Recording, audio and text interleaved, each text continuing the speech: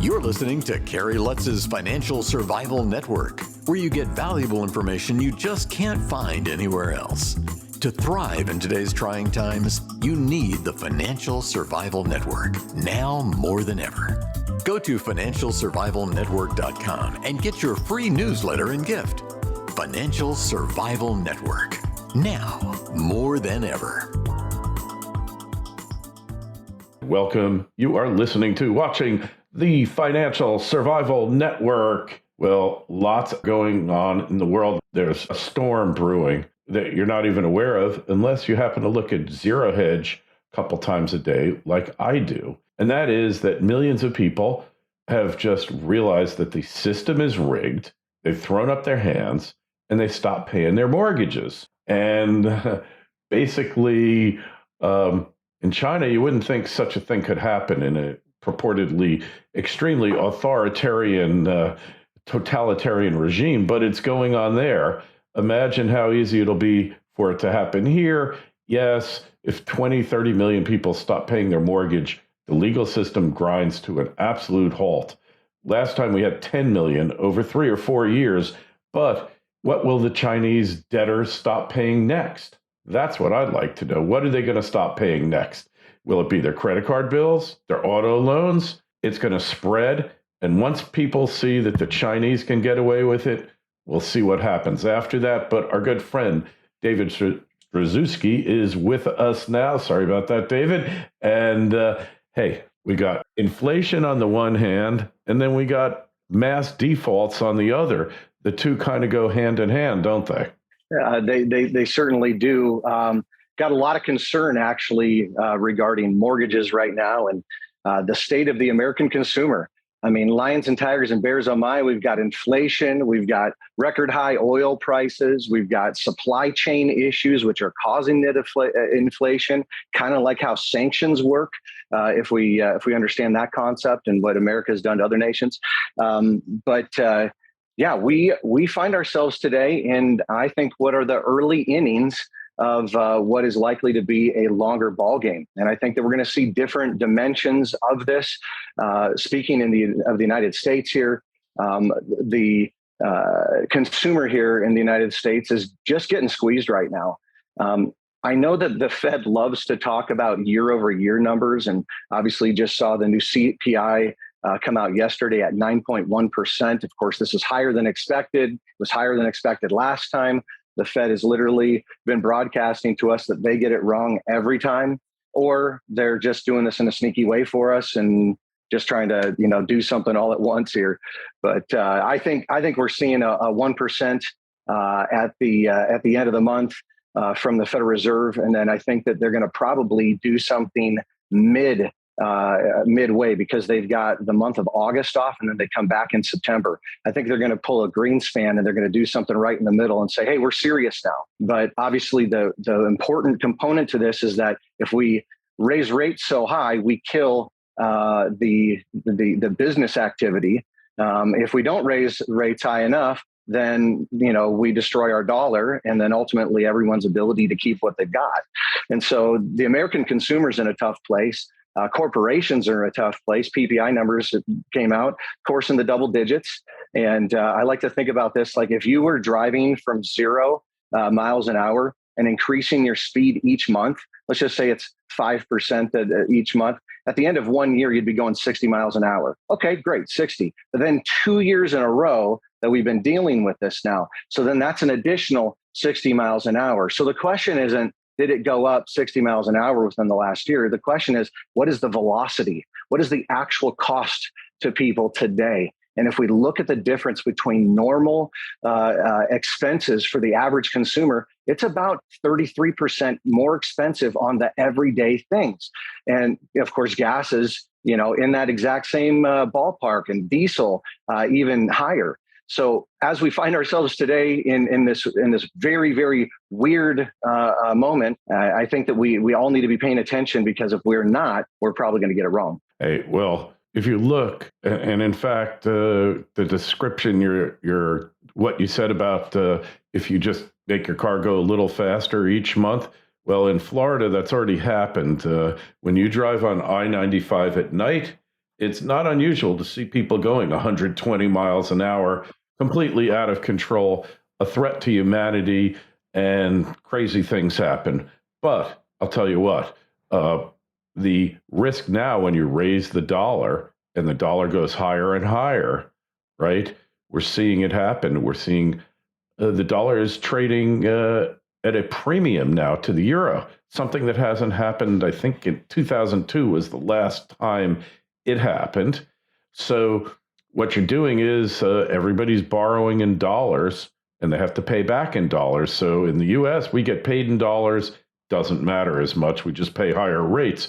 But in Europe and the rest of the world, they're going to pay back that debt in dollars, creating demand for more dollars, raising the dollar still higher.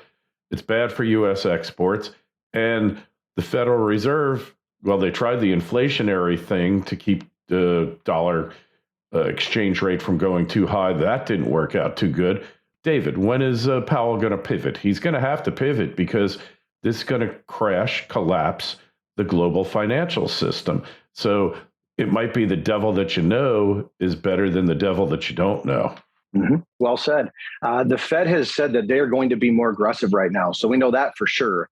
As we look at where things need to be, it needs to go up about another 1.5% by September. Well, again, I think you're right. They are going to get more dovish. And the good thing that we should know is that I think that they can turn pretty much on a dime. They're prepared for that because they know that they would want to accommodate. They'd be willing to print more. Of course, the cause of inflation is printing money. And so that doesn't necessarily solve everything, but they can be way more accommodative. Our challenge is that inflation is just so systemically entrenched in our society right now. It's not just at the pump prices. It's that 33% extra at the grocery store. It's the clothing prices. It's the fact that everyone is getting squeezed right now in a big way, even with housing. So when's Jerome Powell going to do it? I would love to say that could happen fourth quarter. Not sure. It's going to depend on how the market actually reacts here on the next couple, I think.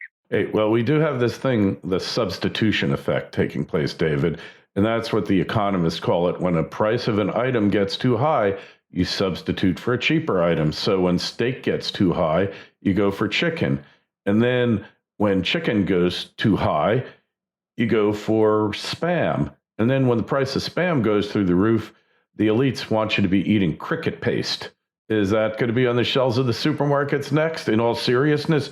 But the other thing is the destruction of debt through higher interest rates. And that's what happens, equals destruction of money. And the last time we had a credit contraction in 08 and 09 practically destroyed the global financial system. If we start getting these kind of contractions now, just China, imagine what millions of debtors not paying their debts is going to do to the money supply in China. A default on a loan is destruction of money because we're in a debt-based currency, right?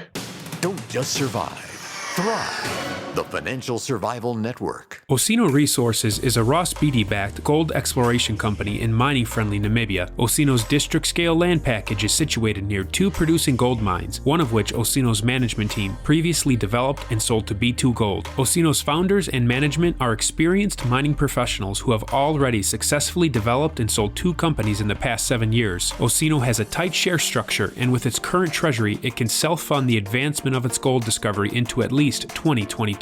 This is an exploration company with drills turning that you'll definitely want to pay attention to. Osino trades in New York under the ticker OSIIF and in Toronto under the ticker OSI. To learn more, go to osinoresources.com. That's osinoresources.com. This is the Financial Survival Network, the information you need to thrive now more than ever. Absolutely. And yes, you are correct that if we find ourselves in another housing recession, which is very probable right now, given the fact that we are, interest rates are going up. And here's one of the challenges. I was in my area in Kirkland, Washington here. Median house is about 1.25 million. And that's up significantly from when I first purchased in 2013 for about 425. But so it's about tripled since then. The point here is that if you put 20% down, $250,000 in that example, and in order to avoid PMI insurance. And now we have 3% higher interest rates on these mortgages. The thing that people need to know is that every time that interest rates increase by 1%, that's a 10% increase in our income that we need in order to be able to make that same payment. So what happens when our income hasn't gone up by 30%? I don't know about you. I haven't seen a 30% raise. I haven't been giving 30% raises to my team. However, we've been very generous. The point is, this is something that is an unsustainable thing. And as we find ourselves heading forward into this with 1% increases, 7.75 increases, I'm extremely concerned for the future, because let's just say that 30% the market should be down right now just because of interest rate changes, right? And everyone gets pre-qualified for that loan, but then that paper expires at some point in time. So everyone was pre-qualified at 3% for a certain amount. Now it's 4% at a certain amount. Then it goes to 5% at a certain amount, and then 6% at a certain amount, and so on and so forth. Supply and demand is going to be the big factor, though, that we have not been able to fix. And it's really expensive to build houses right now. So there's not a whole lot of houses being built, and a lot of uncertainty in those regards. So will we see a housing crisis? I think it's arguable to say it'll be slight, but I know better than that there's going to be a whole lot more. I see it mostly happening, though, in corporate type of structures. Commercial. This is horrible for pensions, though. Horrible for pensions, because they are the ones that have invested so heavily in that. But the commercial realtor I was just talking to downtown Seattle said about 30% occupancy. Now, the building might be rented still from corporations, but 30% towards the maximum occupancy of people in those buildings. Most of them have 10-year leases. What happens is we're 2 years left on that, and some of those go up. There's a lot that's changing right now with so many crosswinds coming into play. The average person does not know how to track that, play that market, avoid those pain penalties, but we do know change is coming, and it's a very real thing. Well, so interesting thing is, everybody's debt is somebody else's asset, right? So if the debts don't get paid, then the assets, what's going to happen? The banks will go down the toilet again. They will have to be recapitalized, hopefully be done differently than last time. During the pandemic also, effectively, we had millions of homeowners who got a temporary debt jubilee because you were put into forbearance, and then they just tack on the interest you missed to the end of the mortgage, call it a day, and everybody's happy. That can only go so many times around. And next time, it's just going to be, because the system will be so overwhelmed, there won't be any ability to have mass foreclosures, and basically everyone will stop paying. And that's kind of the end of it, because credit, the root of the word credit, goes back to Latin, credito, and it means I believe. Well, when all the lenders stop believing and all the debtors don't believe either, that's a mass financial Armageddon. And maybe it won't happen in the U.S. Maybe our traditions, most people who have credit do feel an obligation to pay it back. That you borrowed the money to do things, and default rates generally 6% during the financial crisis, 8 or 9%. You just don't see default rates shooting to the moon when people can actually do it. But when you're tight, and when it comes down to feeding your family or keeping the lights on or the cell phones buzzing, you're going to do what you have to do, right? I agree. I think that administrations are much more accommodative for the average American and individuals, more so than corporations. So back to the point previously, what's going to happen with these corporations? My biggest concern, and I've not heard anyone talking about this yet, is that this time's housing bubble is a little bit different because we have the Dodd-Frank Act in place. Now, that was designed to boost banks' balance sheets. So it was what the quantitative easing stuff was about here initially. Trillions of dollars went into balance sheets on the bank, and that's why we didn't see inflation this first time. Well, this new printing is actually, getting flushed out into the market, and we've seen the challenges with the employment. Okay, so the point here is that as we look at corporations right now that may have challenges and may be right sizing. If we were in big growth mode, all you had to do is add one additional dollar of revenue such that your cap would go up, because it didn't matter if it cost you $3 to make that one. You were a growth company. You weren't expected to make anything. Well, I'm concerned right now that has been a way that we've done things that is probably not going to work in this new cycle. We've got to be a lot more fundamental in our bottom-up analysis, why it's a good reason to own something. Look at the debt ratios, look at the cost for doing business, et cetera. Now, these corporations, though, that are going to right size and maybe lay some employees off. Well, if we get an unemployment boom that, work at home gets repriced, they were making $150,000 before, and now the new market level is $120,000. Well, they can get hired for a lot of different places. It just might be at a different level than before. Then they might have a harder time paying mortgages or being in between. Maybe they don't get hired again. But the corporation component is the part that I want to just mention, because if we see big defaults on banks, or it goes to the bank. The thing about Dodd-Frank is that they have a certain amount of non-performing assets that they can have. Beyond that place, they have to just begin to immediately forfeit. So I believe that they may want to do debt consolidation and have more time. However, based upon the existing laws that are in place, it might actually trigger an event that could be a little bit catastrophic, significantly catastrophic, as like a floodgate release. And so we don't want to see those type of things. We've got such a delicate, economy, but we've got such significant things that are happening right now. It's the equivalent of seismic activity occurring. Yeah. I mean, unintended consequences are ripe. We have no idea how this thing is really going to shake out, but it looks like it's spreading. If you remember, go back, David, to the housing bust of 08 and 09. It started with the subprimes, and then it just cascaded to every form of mortgage, home mortgage. And then it cascaded all over the globe. Clearly, something is up now. Just looking at when you see admitted 9.1% inflation, and then the price of gold goes down, there's something amiss. Something's broken in the system. There is a flight for what would we say, liquidity, and all of this is happening now. So, what do? You stay in cash? Good question. I've got 3 tips for average folks here. And step 1 is that we need to make sure that we have a real plan. Okay, so mitigating risks is a part of our plan. There's a lot of things we can't control. Let's focus on the things that we can. Our budget is one of those things. Saying no now, and we may have to yourself.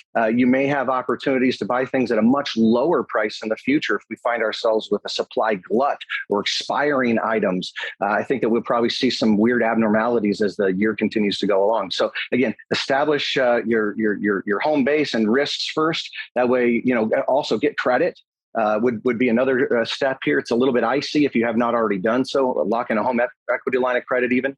Second step is that we need to be able to deploy when the opportunities show up. And so we need to have a math and science approach to this. No one knows exactly when the bottom is. I'll just be candid to tell you that, I'm nibbling back in right now in some areas. I've got some ideas that I think are playing out and will play out short term here. And so I'm excited about that. But with that being said, we want to have cash to be able to deploy. Cash assets won't lose other than to inflation. But if there's things that go significantly on sale, we want to be able to capitalize on that. And then the third thing is that we need to invest in ourselves. I think that if people need to get a different career, if they want to learn how to do their trade more effectively, add another dimension to it, it makes them more valuable at their employer. It also makes their employer feel a lot better about this relationship. Because what if you have to right size a handful of people? No one likes laying anybody off. It is the worst thing ever, especially right now. Way easier when times are good, right? Well, when times aren't as good, and that's the difference between feeding your family or not, a lot of employers are just gun shy on how do they go forward. So we want to talk to families about getting the plan right, getting the strategy right for the investment, and then ultimately how do you invest in yourself, invest in your future, making sure that you've got your head on straight. But we need hedging strategies today if we're going to be able to ride bulls and tame bears. Looking for 70 to 80% of the gain while missing 70 to 80% of the pain would ultimately be the goal.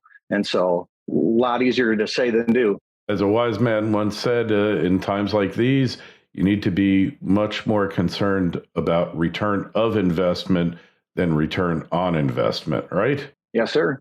You nailed that. All right. We probably got a little bit more challenges ahead of us here in the days ahead, finishing out this year into 2023. We've got elections, all sorts of wild stuff. So, Kerry, you and your viewers know this very well. We need to be cautious. We need to be smart. And let's hopefully be looking at this thing with our eyes wide open relative to all these factors. But get your plan together, have a plan for to redeploy, invest in yourself. Couldn't agree with you more. And hey, David, people want to find out more about you, connect with you on the web. Where is the best place to go there? Yes, sir. myspg.com.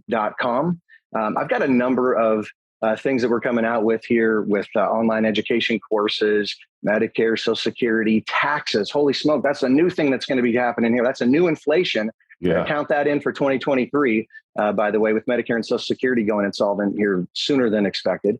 So we've got a lot of great classes and courses out there. And of course, YouTube as well. All right. Excellent. Hey, if you got a question for David, you can shoot me an email, kl@kerrylutz.com. And if you're at the site, financialsurvivalnetwork.com, just click the link through to David's site, take you right over there. And while you're there, sign up for our free newsletter. David, always a pleasure. Thanks for stopping by. Pleasure's mine, Kerry. Thank you.